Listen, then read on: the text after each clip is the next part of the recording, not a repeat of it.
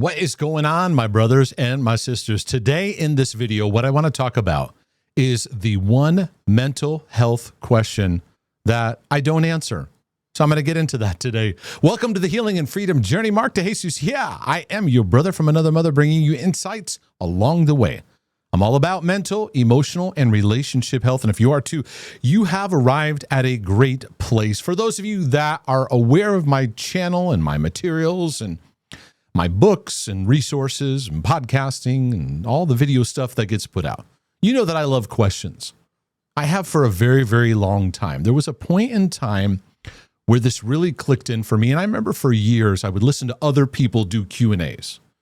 And sometimes as I would listen, I would kind of think of my own answers and my own responses. And even in my pastoral work, when I would do seminars or teachings, I'd spend a lot of time answering questions, walking through the people that were attending and just kind of digging into the things that they're struggling with, because I knew that I had my own questions. I had a slew of things that were good questions that allowed discovery. And then there were questions that were just spin out questions. So I love addressing questions. However, there's one that I don't answer. And I won't leave any suspense in this. The question is basically this: Mark, how long did it take for you to heal through this? How long did it take you to overcome where you could function and not be so burdened down by OCD? How long did it take you where you weren't having panic attacks and anxiety all the time, all day? How long did it take you for this to happen? And the reason I don't really answer that question is it's fueled by a lot of distortions. The question itself is fueled by distortions. And there's some perspective that's needed when it comes to mental health. It comes to emotional healing. It comes to our spiritual healing and freedom journey that we're all walking through and trying to experience and learn along the way. Distortions fuel that question. One of the big distortions that comes up is the struggle of comparison. This is really fueled by unhelpful comparison. Now, we want to know, right? It's kind of a way of us getting some certainty that someday this is going to get a little bit better. Someday I'm going to have some hope that things can change. That this, whatever I'm battling, isn't going to own me and create the torment or the destruction or the struggle that it brings in my life. The truth is, there are some areas in my life that took years to work through. There's some areas that I got an understanding and overnight or within days, I saw a change because I had that light switch moment. The eyes of my understanding being opened up and enlightened, as Paul would say in the book of Ephesians. And then there are things that are continual working and healing through. And I look at all of those categories that I just laid out, and none of them were, I broke through it and I never have to address it ever again. And I think that's one of the mindsets that people come into this with. We have this straight line that we see, right? And someday this thing's just going to be broken and I'll have a testimony. I'm free from depression and I'll never struggle with it again. I don't think that's a healthy mindset to have. And that may push back against how people think and operate. Don't get me wrong, it's great to celebrate freedom, but there is often a shame infused in that I'm free and I'm totally free from it and it's totally behind me. Because then what happens if you go through another season of depression?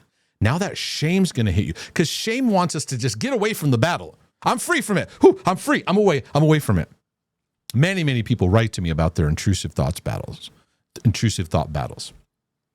And they'll say, yeah, I don't deal with that anymore. I don't have that battle anymore.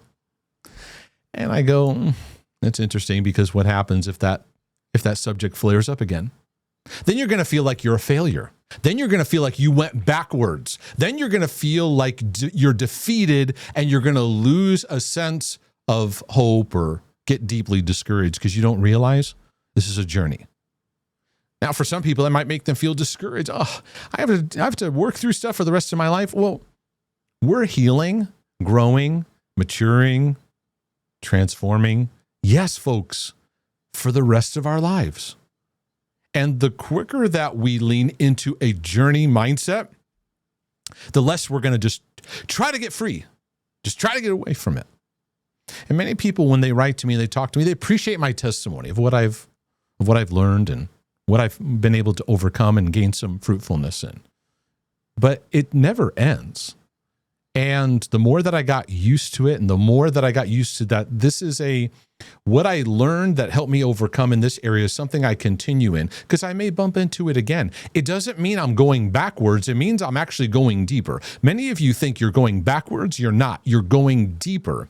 Now, the battle you have sounds like and looks like something you battled 10 years ago or 5 years ago or 3 months ago. So you think, oh, I'm going backwards. No, that's just you associating it with what your references are.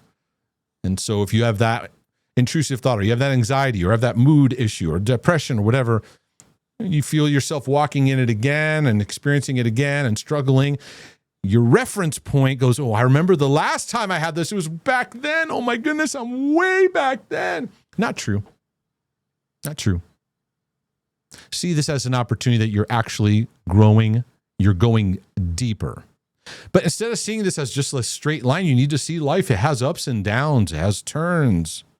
And throughout it, we see the faithfulness and the goodness and love of God. And we often don't see God, and many people are trying to find God in where they're going.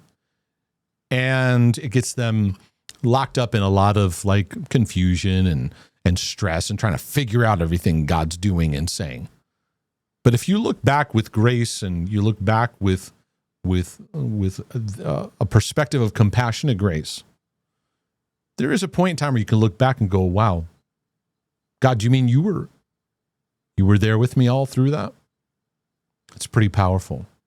While I was trying to fuss and fix myself and get myself into a better place, and I'm working through this huddle and working through that huddle, and you still used me and you still loved me through all that.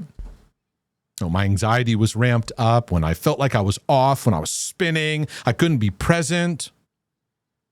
You used me and blessed other people. I certainly didn't feel like that. But I had to let go of this mentality of when. When's this just going to happen? Because what it does is it creates an accusatory pressure on me. That's why one of the great traits for biblical Christians is the trait of perseverance, which is often translated into patience. Those words are very related. And patience is tied into love. Love is patient. It headlines in Paul's exhortation in 1 Corinthians 13 that's right at the top of what it brings about. And if you want to experience God, experience a healing and freedom journey, we're not going to skip past love. We're not going to, love is nice and then move on from love. You never move on from it. You never graduate from it. You're always learning, always growing. And the more that you walk in this, the more you realize that patience is the key. And that's why I tell people, you got to learn to grab onto the mentality that says, this will take as long as it takes. Because now you've just relieved yourself of a very unnecessary pressure to hurry up and get free by last week. And so many of us were influenced by rejection mindsets. We're influenced by performance. We're influenced by this shame that says, I'm unlovable because I have this mental health battleground right now. I'm disconnected from God because I have this mental health battleground. Instead of realizing, no, he's here, but I'm on my journey. And this is going to take some time to learn this. Because the way that we view things and interpret things, these are things we carried for a while, and it's going to take time for it to unwind. It's going to take time for renewal to take place. It's going to take time for me to actually practice, because you don't renew your mind anyways by just going, let me just think this way, think this way, think this way, think this way. You renew your mind when you actually put it into practice and put it into practice and put it into practice, and you stumble and you forget and you feel like you're going backwards and you fall down and you get back up again and you practice again. And many of you go, man, I'm just going around the mountain. And we use that as a negative term, right? You're going around the mountain, right? You just keep going around the mountain.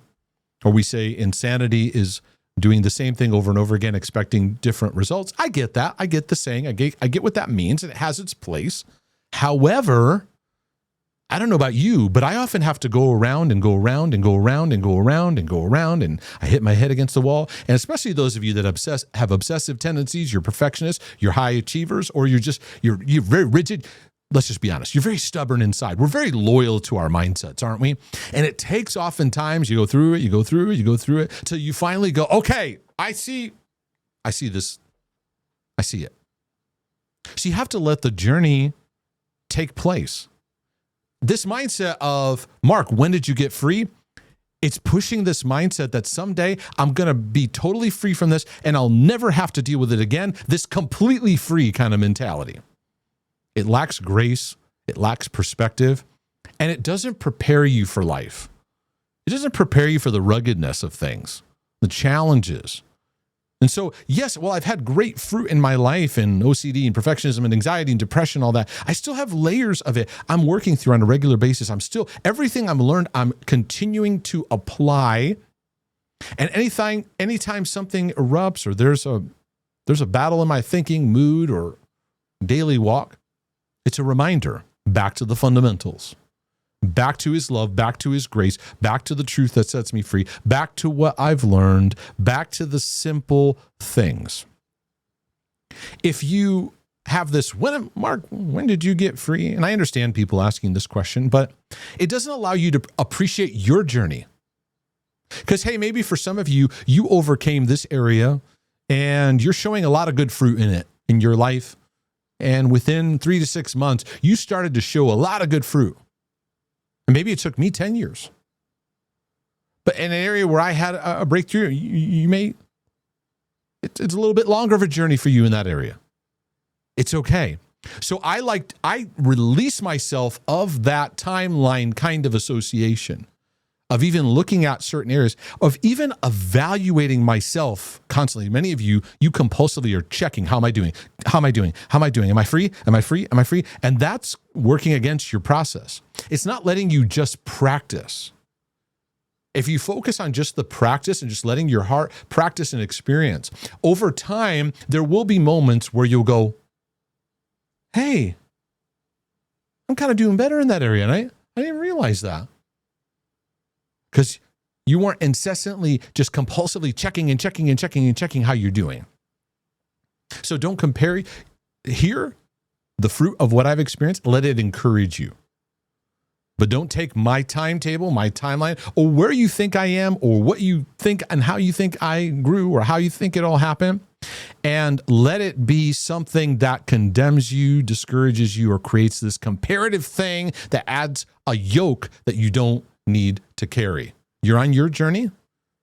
There's areas that you're working through, and it can be a detriment. You start comparing yourself to everyone around you. Well, that person seems like they're just way more free. This is a classic thing that many of my brothers and sisters fall into. They're sitting there in church and they look around and they're in their battle and they go, oh, these people don't have that battle. They seem to be so much more joyful than me. It's not true. They have battles. It may not be the specific script you have, but it's pretty similar. They got their own issues. Everybody's got battles. Really, the only difference between you and everyone else is, or really a comparison between everyone, is who's hiding it more and who's not dealing with it more. But the thing is that freedom in our life, it comes about in stages. It's a journey. You get some freedom, you celebrate it, you grow in it, you share it with others, you keep growing in it, and then you feel like it's coming back. It's not. You're going deeper. But what you've learned, you've prepared for it. So if today I have this absolutely, just crazy intrusive thought hit me, I have tools now that I don't go, well, I'm going backwards. I'm never going to get free. Now, I've learned after years and years and years that mindset doesn't work. I need to let myself keep healing and keep growing. Appreciate the journey that you're on. You have a beautiful journey. It's very, very special. You have a collection of battles, things you've come from, things that you face, things that, and it's not cookie cutter exactly like mine. However, our themes are. We all have themes of anxiousness. We all have themes where we can get obsessive. We all have themes where we get guilt-ridden. We all have themes where shame wants to hit us. Self-hatred wants to hit us. We all have those areas where we feel like we're good enough, worthy, all that stuff that we battle through. They come out in a variety of ways. So do you appreciate where you've already come from? Many of you need to actually celebrate the miracle that you are where you are. And there's some beautiful things that got you to where you are today. And there's going to be some new mindsets you're going to need to learn in going where you're going. And it's beautiful. And I want to encourage you to appreciate the journey. Appreciate the journey that you're on, because you're fussing over trying to put that pressure to get yourself freed by tomorrow is counterproductive. It's adding a weight and a burden that's unnecessary.